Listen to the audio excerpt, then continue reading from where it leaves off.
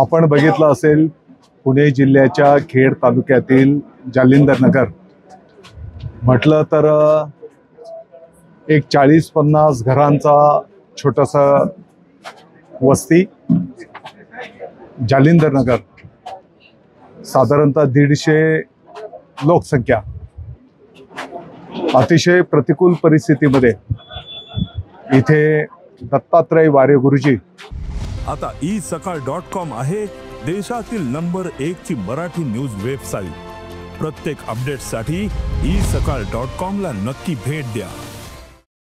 आपल्या या जिल्हा परिषदच्या शिक्षक बांधवाने या ठिकाणी त्यांना जबाबदारी दिल्याच्या नंतर स्थानिक ग्रामस्थांना विश्वासात घेऊन, शाळा व्यवस्थापन समितीला विश्वासात घेऊन या ठिकाणी काही शेतकऱ्यांनी जमीन दान केली, अनेक सेवाभावी संस्थांनी, काही कंपन्यांनी त्या ठिकाणी सहकार्य केलं। आणि आज जर आपण बघितलं असेल तर अगदी मोठ्या शहरांमध्ये पण नसतील अशा सुविधांच्या पर्यंत सुविधा या शाळेमध्ये त्या ठिकाणी निर्माण केल्या। पाठीमागच्या काळामध्ये T4 एज्युकेशन या इंग्लंड स्थित कार्यालय असलेल्या संस्थेच्या माध्यमातून जगाच्या पाठीवर काही शाळांच्या स्पर्धा आयोजित केलेल्या होत्या। त्यामध्ये लोकसहभागातून शाळा या निकषाखाली आपल्या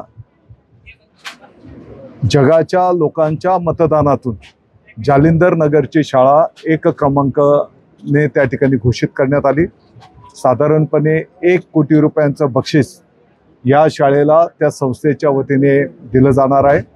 आणि म्हणून आम्ही सर्व लोकप्रतिनिधी, अधिकारीगण यापूर्वीच दत्तात्रय वारे गुरुजी त्यांचे सर्व सहकारी त्या गावाचं ऑलरेडी अभिनंदन केलेलं होतं। माननीय मुख्यमंत्री महोदय देवेंद्रजी फडणवीस साहेब, माननीय उपमुख्यमंत्री महोदय एकनाथजी शिंदे साहेब, माननीय अजितदादा पवार साहेब यांच्या उपस्थितीमध्ये मंत्रिमंडळाने पण त्यांचं अभिनंदन प्रत्यक्ष मंत्रालयामध्ये त्या ठिकाणी केलेलं होतं। आणि आज इथे अनेक आयडॉल शिक्षक, अधिकारीगण आणि विशेष राज्यातून यूट्यूबच्या माध्यमातून साधारणपणे 1,37,000 पेक्षा जास्ती व्ह्यूअर्सच्या माध्यमातून आजचा हा प्रेरणादायी कार्यक्रम या ठिकाणी संपन्न झालेला आहे। मला वाटतं की लहान गावामध्ये सुद्धा जर आपण धडपड केली, गावाने साथ दिली, शिक्षक बंधू भगिनींनी प्रयत्न केले तर जगाच्या पाठीवरचं यश आणि तेही शासकीय शाळेला, जिल्हा परिषदच्या शाळेला प्राप्त होतंय ही आपल्या सर्वांच्यासाठी अभिमानाची आणि आनंदाची गोष्ट आहे। आणि आजच्या या कार्यक्रमाच्या माध्यमातून संपूर्ण राज्याच्या सर्व शाळांमध्ये ज्या पद्धतीने हा कार्यक्रम पाहिला गेलेला आहे त्यांना प्रेरणा मिळेल। येणाऱ्या काळामध्ये आम्ही प्रत्येक शाळेमध्ये स्नेहसंमेलन पण करणार आहोत। त्याच्यामध्ये त्या गावाचे, त्या शाळेचे माजी विद्यार्थ्यांना पण आम्ही आमंत्रित करणार आहोत। त्यांचंही मार्गदर्शन, सहकार्य, आशीर्वाद, त्या गावांचे आशीर्वाद त्या शाळेंना घेणार आहोत। विभागाची तर जबाबदारी आहेच की तिथे शुद्ध पिण्याचं पाणी, स्वच्छतागृह, शाळेच्या इमारती चांगल्या असल्या पाहिजेत, त्या पद्धतीने जबाबदारी तर आम्ही पार पाडूच। परंतु जोपर्यंत जनता जनार्दन कोणत्याही क्षेत्रामध्ये त्यांचा सक्रिय सहभाग घेत नाही तोपर्यंत तो कार्यक्रम यशस्वी होऊ शकत नाही। आणि म्हणून मला विश्वास आहे की आज ज्या पद्धतीने लाखो शाळा व्यवस्थापन समितीच्या सदस्य महोदयांनी, शिक्षक बंधू भगिनींनी, त्या गावांनी हा कार्यक्रम बघितलाय, त्यांना प्रेरणा मिळेल आणि येणाऱ्या काळामध्ये या सर्व शाळांचं चित्र बदललेलं असेल। शिक्षण प्रणालीमध्ये बदल करणारे वारे गुरुजींसारखे शिक्षक आहेत, मात्र त्यांना वारंवार बदलीचा सामना करावा लागतो। आता ही बदली झाली वारंवार वगैरे नाही आहे, एक कालावधी असतो, त्या कालावधीप्रमाणे त्या ठिकाणी बदली होत असते। आणि आपण बघितलं असेल पाठीमागच्या काळामध्ये वारे गुरुजी वाबळेवाडीला होते।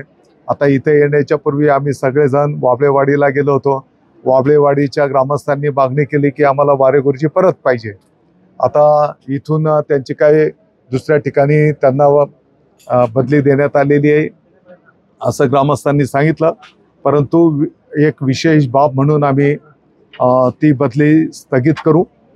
परंतु वारे गुरुजींच्या सारख्या जे काही आमचे राज्यव्यापी अनेक शिक्षक बंधू भगिनी आहेत तर त्यांनी त्यांचं जे काही अनुभव ज्ञान आहे ते त्यांच्या शाळेपुरतं मर्यादित न ठेवता आजूबाजूच्या गावांच्या शाळांमध्ये किंवा राज्यव्यापी नेण्याचं नियोजन आम्ही विभागाच्या वतीने केलेलं आहे. अशी बदली स्थगिती करून बाकीचे जे म्हणजे आदिवासी भागामध्ये जे विद्यार्थी आहेत त्यांच्यावरती पुढे अन्याय होत नाही असं वाटत नाही. म्हणजे अशी बदल्या जर थांबवल्या शिक्षकांच्या तर आदिवासी भागातील जे बघा आता तुम्ही प्रश्न विचारला की अन्याय होणार नाही. तुम्ही आता प्रश्न विचारला की त्यांची बदली का केली. आता गावाची पण मागणी होती की आता त्यांची गाडी रांकेला लागलेली आहे, ती काही एखादं 2 वर्ष जर रांकेला लागली तर याला मोठं स्वरूप मिळेल. आता दुसरा प्रश्न तुम्ही विचारला की ती स्थगिती करून कोणावर अन्याय. बिलकुल कोणावर अन्यायाचा विषय नाही. मी तर सांगितलं की त्यांचं फक्त या गावापुरतंच योगदान असायला नको, त्यांच्यावर तर आपण इतर ठिकाणच्या पण जबाबदाऱ्या देणार आहोत की त्या शाळेंमध्ये पण या चांगल्या गोष्टी गेल्या पाहिजेत. आणि म्हणून त्यातल्या त्यात तर आदिवासी आणि डेन्स भागामध्ये विभागाचं जाणीवपूर्वक लक्ष आहे. उलट तिथला जो बॅकलॉग आहे तो प्राधान्याने भरायला घेतलेला आहे. पाठीमागच्या काळामध्ये पण शिक्षक भरती करण्यात आली, येणाऱ्या काळामध्ये पण शिक्षक भरती त्या ठिकाणी संपन्न होते आणि पहिले प्राधान्याने जिथे शिक्षकांची आवश्यकता आहे त्या ठिकाणी हे शिक्षक दिले जात आहेत. भाजप सोबळावर लढणार थांबणार आहे बाबा आता शिक्षण. कोल्हापूरमध्ये काल हॉस्टेलमध्ये हाणामारी झाली, आज पुन्हा हाणामारी झाली. मुलांवरती रॅगिंग होतोय. शिक्षण विभाग पुढच्या काळामध्ये मला वाटतं की कुठल्या बातमीच्या माध्यमातून मी पण ती बातमी बघितलेली आहे आणि विभागाला त्या संदर्भात सूचना केलेली आहे.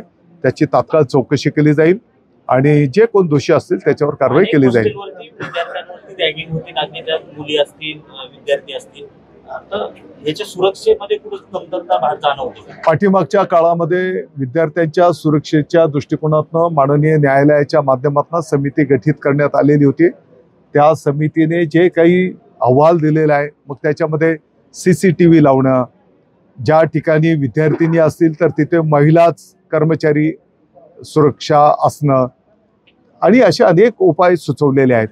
आता त्या उपायांची अंमलबजावणी, त्याच्यासोबतच विद्यार्थिनींना आम्ही सेल्फ डिफेन्स, त्याच्यासोबतच त्या विद्यार्थिनींच्यासाठी शाळेमध्ये काही विशेष सुविधा ते पण आपण करायला घेतो आहोत. असं म्हणतायत की महायुतीत सध्या लढणं आमच्यातल्या काही लोकांना आवडत नाहीये.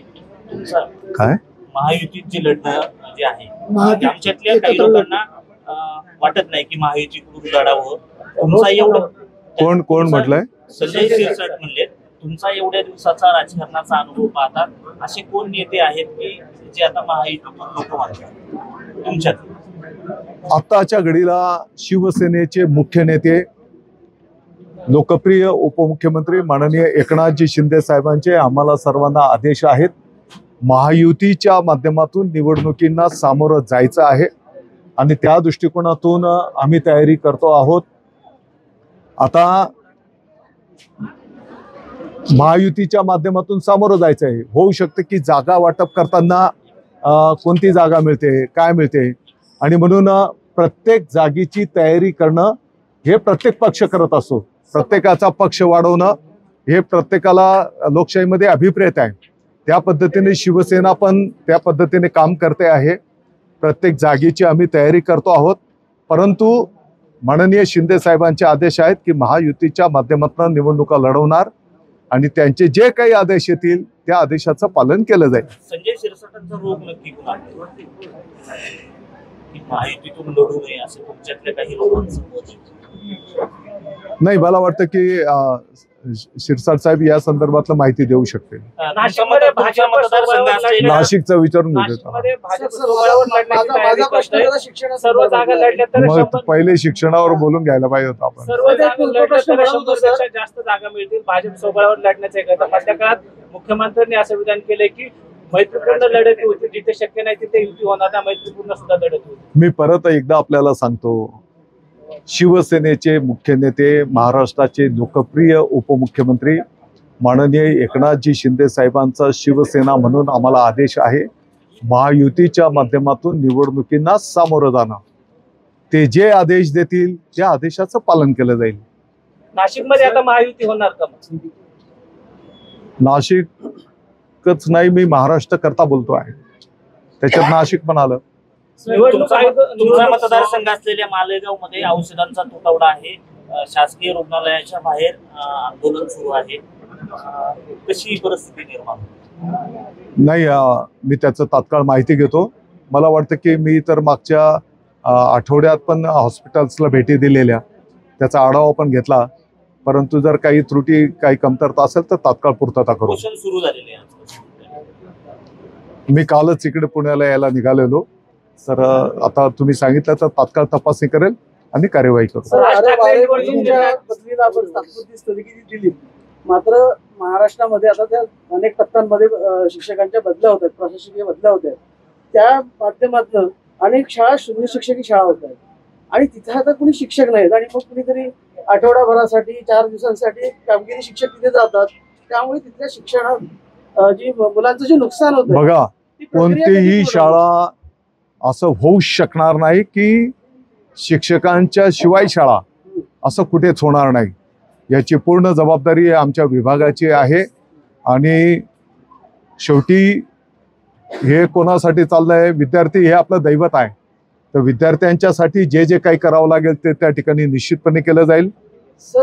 जिथे कुठे जर तुमच्या निदर्शनास अशी गोष्ट आली असेल तर तुम्ही निदर्शनास माझी एका शाळा व्यवस्थापन समितीचा अध्यक्ष देखील आहे, एक छोटासा न्यूज चॅनल देखील चालवतो. कुठली शाळा? जिल्हा परिषद सतकोंडी शाळा, जी आदर्श शाळा आहे, जिल्हा परिषद सतकोंडी, जी रत्नागिरीमध्ये केंद्र, जांभारी, बीड, गणपतीपुळे, तिथे माझ्या शाळेचा पट आहे 23. ती शाळेचा पूर्ण कॅम्पस सर माझा आता सौर ऊर्जेवरती आहे. मुलांना पिण्यासाठी वॉटर ATM आहे, म्हणजे कार्ड स्वॅप केलं की त्यांना सुविधा आहेत. ती सुविधा देखील आम्ही दिलेली आहे. सुसज्ज इमारत आहे. तरी आमच्या शाळेमध्ये शिक्षक जे हवेत, एक शिक्षक कमी आहे. अन्य माझ्या विभागामध्ये, माझ्या एक शिक्षक कमी आहे असं त्यांचं म्हणणं आहे. विद्यार्थ्यांच्या संख्येप्रमाणे, इयत्तेप्रमाणे तिथे शिक्षकांची व्यवस्था करून देऊ. याला जोडून प्रश्न, एकीकडे पुणे जिल्ह्यातल्या शाळा हे असेल, वाबळेवाडी असेल किंवा जालिंदर नगर असेल, अशा शाळा एकीकडे मोठ्या प्रमाणामध्ये पुढे येतात, शाळेचं शिक्षण पुढे येते. तर दुसरीकडे पुणे जिल्ह्यातल्या अशा कितीतरी शाळांना आजही शौचालय नाहीये. खेड तालुक्यातल्याही मी आपल्याला सांगितलं की आता येणाऱ्या काळामध्ये शुद्ध पिण्याचं पाणी विद्यार्थ्यांना मिळायला पाहिजे. स्वच्छतागृह असली पाहिजेत. शाळेची इमारत जिथे दुरुस्त करून शक्य आहे दुरुस्ती करणार. नवीन इमारत बांधण्याची गरज आहे, तिथे नवीन इमारत बांधली जाईल. त्या शाळेमध्ये विद्यार्थ्यांच्यासाठी लागणाऱ्या सुविधा, मग वाचनालय असेल, लायब्ररी, लॅब असेल, क्रीडांगण असेल, ई सुविधा असतील, या सर्व सुविधा विभागाच्या वतीने उपलब्ध करून दिल्या जातील. राज ठाकरे मौर्य नेत्यांसोबत निवडणूक निर्णय अधिकाऱ्यांना भेटणार आहे. राज ठाकरे निवडणूक निर्णय अधिकाऱ्यांना भेटणार आहे. त्यासोबत मौर्याचे नेते आहेत, शरद पवार आहेत, उद्धव ठाकरे सुद्धा आहेत.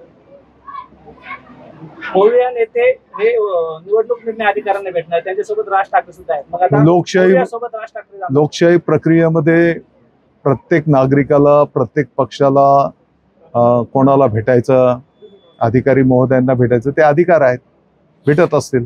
राज ठाकरे महाविकास आघाडी, आता तो त्यांचा विषय आहे ना. आता कोणी कोणासोबत मुंबईच्या लढतीला कुठं टाटा जाईल? तुम्ही याचा एक अर्थ समजून घ्या. याचा अर्थ महायुतीची एवढी शक्ती आहे की सगळ्यांना एकत्र यावं लागतंय. हे सगळे एकत्र जरी आले तरी जनता जनार्दन भगव्या झेंड्याला आशीर्वाद दिल्याशिवाय राहणार नाही. महायुतीच्या माध्यमातून केलेली कामं या आधारावर जनता जनार्दन 100% भगव्या झेंड्याला महायुतीला आशीर्वाद देतील आणि सर्व स्थानिक स्वराज्य संस्थांवर महायुतीचं सरकार येईल. संग्राम जगतापांनी खरं तर आज बोललाय की दिवाळीची जी खरेदी आहे ती हिंदूंनीच करावी. संग्राम जगतापांनी निवेदन केलंय की दिवाळीची जी खरेदी करायची आहे ती हिंदू लोकांकडूनच करावी. अजित पवारांच्या राष्ट्रवादीचे आमदार. माझी आपल्याला विनंती आहे की आपण ते का बोलले, त्यापूर्वी 2 दिवसापूर्वी तिकडे कोणतरी येऊन काय बोलून गेलंय, बरोबर, त्यांच्याविषयी काय काय बोलले ते पण आपण पाहायला पाहिजे ना. मीरा भाईंदरमध्ये महायुतीच्या आमदारांमध्ये हनुमान मंदिरावरनं वाद आहे. मीरा भाईंदरमध्ये हनुमान मंदिरावरनं महायुतीच्या आमदारांमध्ये वाद आहे. आता शिक्षणावर नाही बोलायचं आपण, हनुमानावर.